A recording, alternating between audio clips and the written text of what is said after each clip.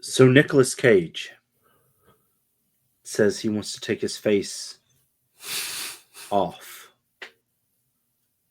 Isn't that what we're talking about today? No. Space, the final frontier. These are the Voyagers. Oh, the hell with it. Let's just start the show.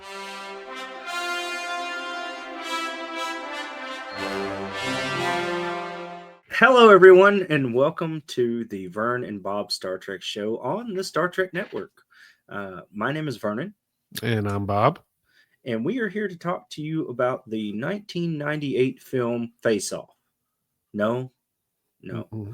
We're actually going to talk to you about the 2002 film Hannibal. Try again. No. I don't even think Hannibal came out in 2002. But anyways, I don't know. We're going to talk to you about Star Trek Voyager, the episode called Faces. I love this episode. So absolutely. I was going to come on here and say this. I have a lot of good to say about this episode. I love this episode for many reasons, but Roxann Dawson, who plays B'Elanna Torres, absolute, probably some of the best acting the entire Star Trek Voyager lineup has to offer in this episode. We also get the very underrated villains in the Vidiians. I think they're super underrated for early Voyager. Super underrated, but in this episode, super. They went weird with it. They went soft. Well, if I guess Vidian, go ahead. I guess it depends on how you look at it. I mean, he chopped one of the Voyager crew members' faces. The doctor did. The doctor did with the encouragement that maybe B'Elanna Torres would release her Klingon sexual prowess. Oh, I think is what she said. Well, I think at first he was literally trying to figure out, because he felt like the Klingon biology would be, because of its redundant systems, was going to be a way to solve the phage. And then he got super horny on B'Elanna Torres' Klingon form. Good on him. Good on him. Who wouldn't in that situation? And, as much as we love Klingon women, the beautiful Roxann Dawson, we finally get to see her outside of makeup in the show. I think that this is the only time, if I remember. Only time. I might be wrong. The one thing I love about this episode, and it makes me laugh every time, it is Tom Paris, B'Elanna Torres, and Peter Durst. I keep thinking Fred Durst when I hear that name. No, Peter Durst is who we got. And this is typical Star Trek right here. So Pete Durst, if you look, I think it was an episode. Yeah, the episode before, it's the Catheks, whatever it's called. Yeah, and he comes up out of nowhere. Yes, and Star Trek is very good at building these characters like an episode or two before, giving them like small parts, so you kind of feel like, oh, this guy is a part of the crew, and then boom. The introduction to him in, was it the previous episode? Because I just now started watching season 1 of Voyager again, so this was fresh in my mind. But he's basically right beside comes out of nowhere and is right beside the captain. Captain. He's taken over by the alien. Yeah, he does. He does. He comes right in up like in her ear. Yeah, he comes in like he's one of the senior staff, and it's just like, oh, this guy's always been here. What? This is the first time I see him. And that's the one thing I love about Voyager. There's something like 152 members of the crew. And then there's times like in season 6, you're seeing some of these people for the first time. You're being told they've been here all 5 years or whatever. So the one thing I love is this, I feel like is, and you've, like you said, you've been rewatching season 1 lately. So maybe you can check me on this if I'm wrong, but I feel like this is the first time we get real backstory or character development out of one of the major characters. You do get a lot more out of B'Elanna in this. And you get this even more. There actually is an episode coming up after this that you start to get a backstory with Neelix. In fact, I think it's the very next episode after this one. Jetrel, yeah. Yeah. You get that backstory, and then you get introduced to Kess's backstory. Yeah. Toward the end of season 1, you're starting to get who everybody is. And so I will say, with this episode and Jetrel, they end season 1 on a very high note. They start off really rough, like most Star Trek shows. The first season aren't the greatest, really, but I'll tell you, this one has a very strong end to the season, even though it's only like 16 episodes. I think it's a shortened first season. You even get a good look at Q's backstory, like the Q continuum in the end of season 1. Yes, is Death Wish season 1? Death Wish is in season 1. It was right at. I'm pretty sure I always skip the Janeway. It's either right at the beginning of season 2 because I don't ever pay attention where I'm at. Like we said, they have Fred Durst or Peter Durst or whatever the hell his name is, and they really kill him off pretty quickly in this episode.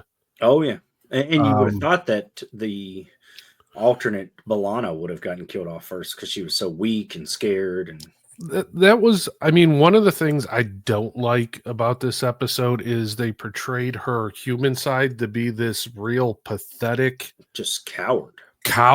I can't do anything. I'm constantly crying. I'm so scared of everything. And there's like Tom Paris just like, what the fuck? What's happening right now? And it took her Klingon side to give her bravery. The Vidiian was a vastly underused enemy for Voyager, to the extent that I believe they overused the Kazon to the point where by the end of season 2 they were just so played out.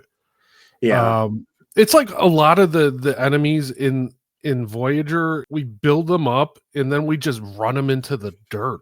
Yeah, because the Vidiian was a very formidable. Like they took no prisoners. Those phaser guns they had that basically strip you of your organs.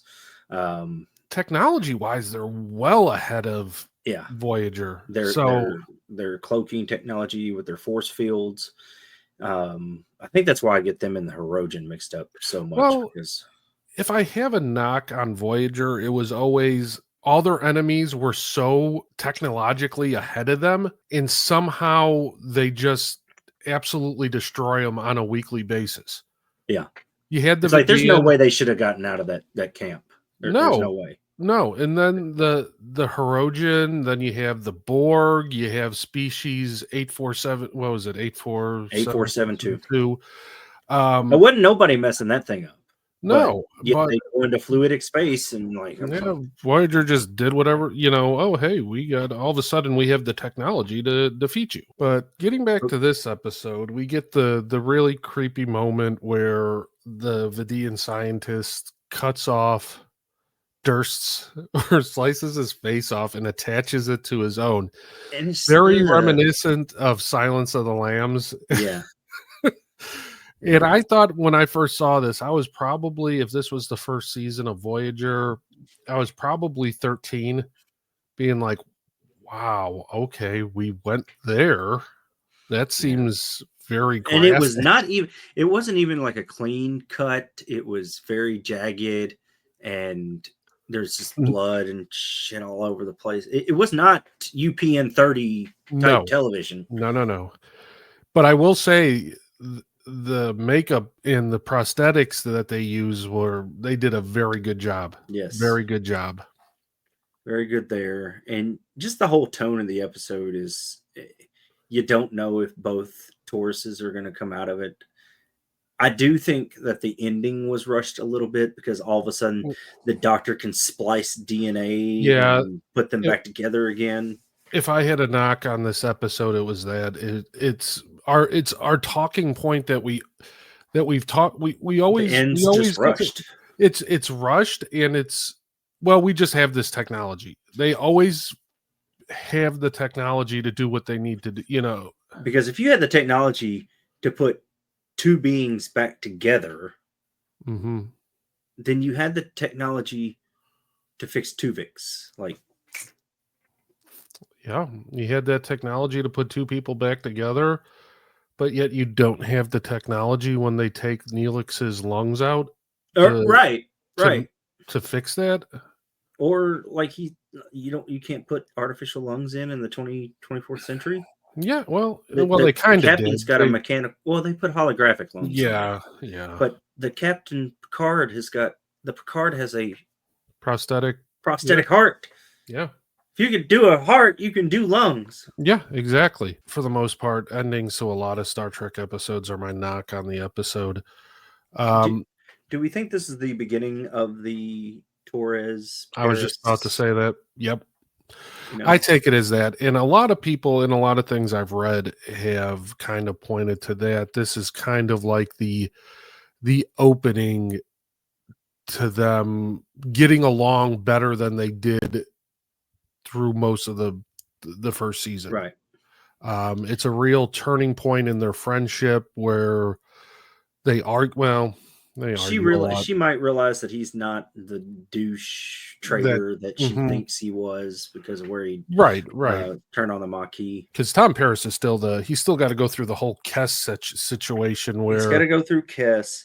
I think where they officially did the romance, kicked the romance off. Vulcan kid started to pawn far. Oh yes, and he tried to.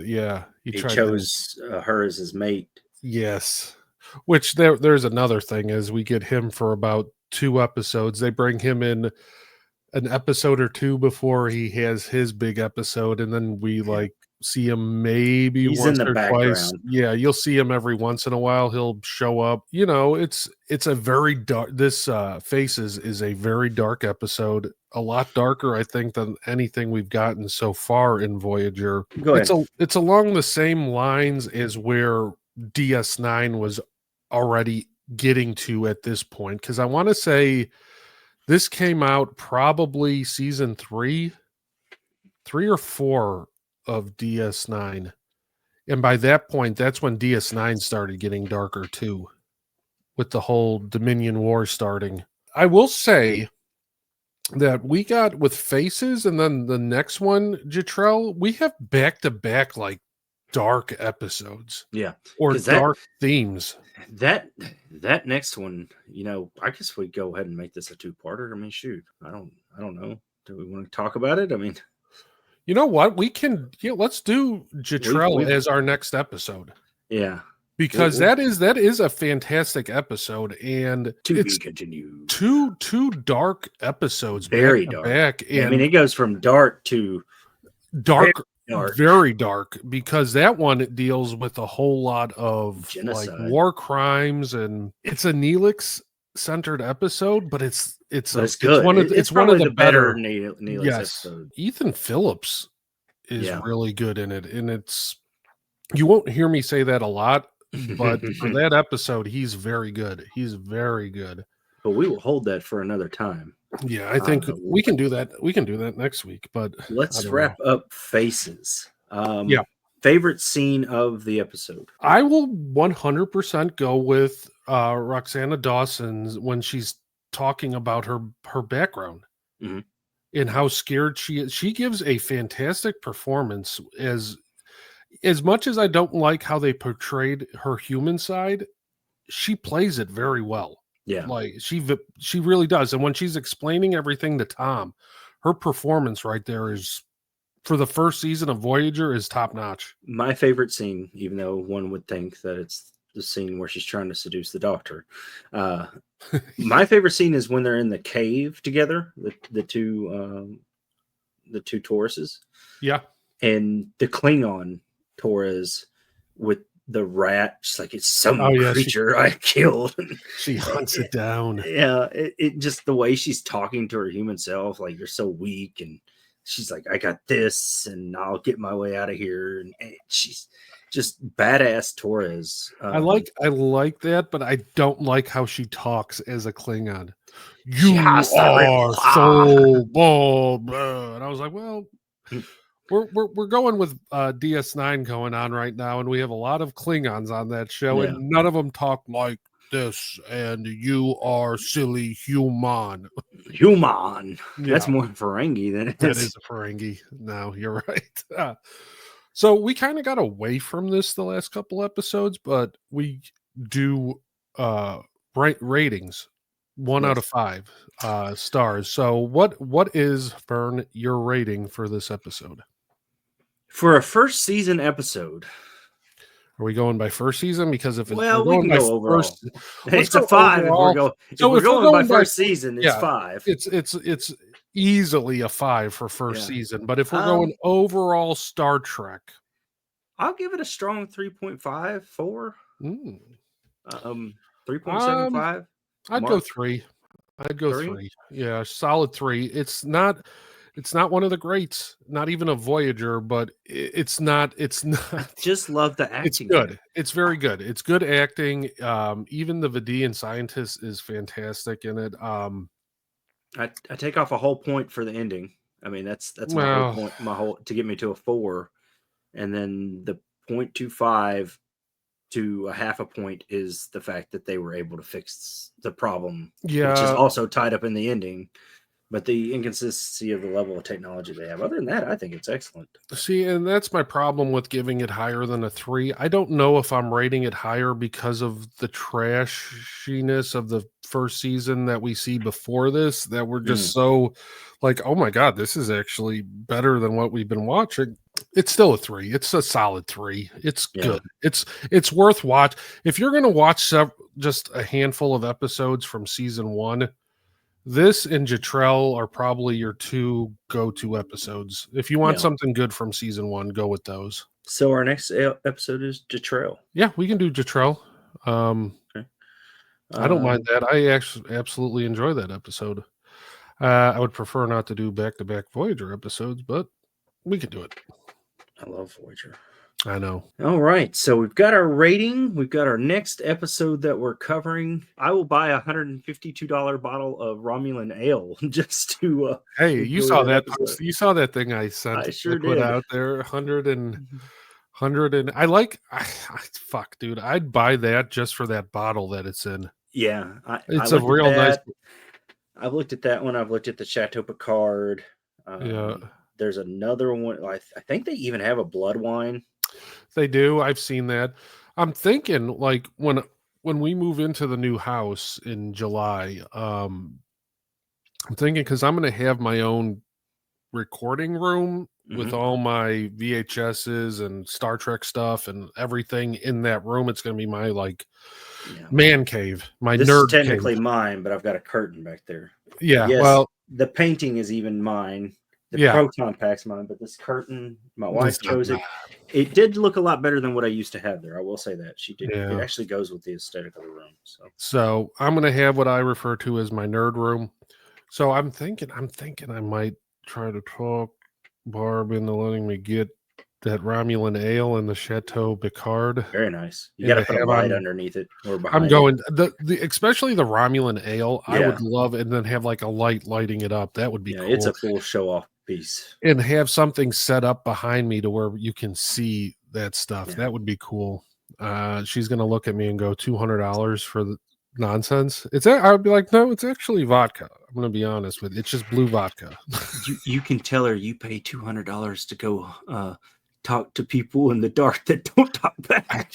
I can't say anything. She just bought me a $600 Stream Deck. So woo! Steam Deck, not Stream Deck. Steam Deck. I've seen what's in those big boxes she's got. She can afford you a Romulan ale. Yeah, I know. I'm not gonna play that card. I gotta pay down my Steam Deck first before I'll play it for you. I'll be sitting there. We're back together in 2 weeks. I'll be like, hey, before you get any more equipment, I need to talk to you a matter of a blue bottle of ale. Romulan ale. I just need you to go buy that bottle. Just do it. Just swipe the card. We should get that and then have like a lot or a video of us testing the Romulan ale. But then we'd have to. This is my blood sugar. I'm so sorry. Here's Romulan ale, and it's getting. It's already going crazy. No, then we'd have to buy like 3 bottles or 4 bottles because I would want one that's completely unopened. And that's how I would be too. Like I cringed even saying we should do a video of us drinking it. I was like, getting one would be nice enough. I don't want to open that. Maybe we can do a video on Barbie's birthday weekend of us drinking Romulan ale. Yeah. Right. Buffy would enjoy a shot of Romulan ale. Oh, I'm sure she would. Yeah. All right. So we're going down the rabbit hole of Romulan ale and the captain's private stock. Quite a bit of editing that's going to be done. No, we got to leave it all in here. So Barbie watches it. She's like, what? Oh, you're under the impression she still watches. It was cool when it was new. She's just the voice person now. She's like, I'm on the payroll. I'm not watching this. Mm-hmm. Oh, guys, thank you so much for joining us. Bob, where can you find us on the interwebs? So you can really find us two places. We got the Star Trek Network on TikTok, which we put up a lot of original content here. Vernon's going to be recording some original content for us coming up pretty soon, so watch out for that. And then I'll have a link. I've been having a lot of trouble with Google and YouTube letting me put clickable links in ours. It keeps telling me to verify the account, and every time I verify it and it says it's good, it keeps telling me to verify. So I'm going to try to get that fixed this week, but just look for, I might even try to just link it in one of the comment spots. But we got our TikTok, which we've picked up a few new followers this week on, not the TikTok, the Discord. Yes. So we've got a few, I think three or four actually new people joined up. So that is a great place where we discuss everything from what our favorite episodes are to memes, funny memes. We've gotten a lot of those in there. Just randomness. We have a section or a room called 10 Forward where you can literally come and talk about whatever. It's just like a hangout room. I'd like to explain myself because I could see where this conversation is going to go in 10 Forward. I put a comment up of why does Neelix have to ring Kess's doorbell? And I got a response to it, and I realized I get why the question of my question, but like, aren't they dating? Like, shouldn't they be in the same room? I was confused. I was like, why does Kess got to ring the door or something? Why does Neelix got to ring Kess's doorbell? Yeah. Aren't they in the same room? Like, don't they live in the same quarters? I think it was just so random. It caught me off guard, and I was like, wait, what? I can't remember what episode it was that I saw. It was, what's it called? It was Elogium. Was it Elogium? She's eating the dirt mashed that's potatoes. right. So maybe they weren't in the same quarters yet, but no, they weren't. No, there's a later episode where he does it again, and I'm like, here's the thing. Even if they weren't in the same, why would he be ringing his girlfriend's? Well, Chakotay did ring 7 of 9's. Well, that's a whole different. He did ring 7 of 9's doorbell, but I'm talking about the chime. Ding. No, that's a whole different story altogether. 7 of 9, I feel like, would break his face just as soon kiss him. I mean, all right, guys, thank you so much. Yes, join the Discord. Come have some fun with us. I'm thinking about starting a new Discord channel inside there for the rules of acquisition. Oh yes, because you got that new fancy little handbook. Bob bought me a nice birthday present, and I am in love with it. So I'm thinking about just doing little quick, like maybe 30-second videos of this is the rule for the day, and this is what I think about. This is what I translate it to mean. That would be fantastic, and we can actually put them up on here as like a little short for the YouTube. Yeah. That would be cool. Vern's rules of acquisition. It would be nice. The day, yeah. That would be cool. All right, guys. Thank you so much. Make sure that you leave a like, subscribe, comment, do all the things. We appreciate you, and everybody have a great day.